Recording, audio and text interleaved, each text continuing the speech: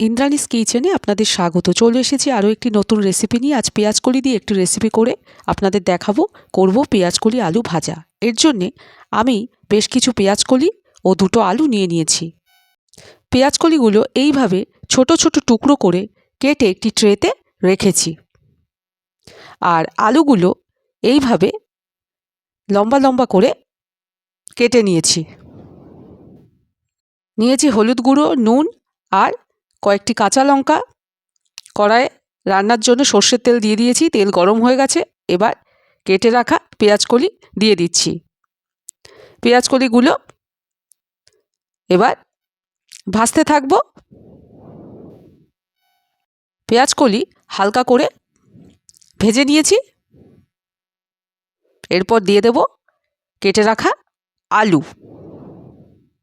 এবার পেঁয়াজকলি আর আলু একসাথে ভালো করে নেড়ে দেব। কাঁচা লঙ্কা কুচি করে কেটে নিয়েছি। এবার কাঁচা লঙ্কা কুচো দিয়ে দেব। এরপর দিয়ে দেব নুন আর হলুদ। প্রথমে নুন দিয়ে দিচ্ছি, এরপর দেব হলুদ গুঁড়ো। এবার হলুদ গুঁড়ো নুন ভালো করে নেড়ে পেঁয়াজকলি ও আলুর সাথে মিশিয়ে দেব।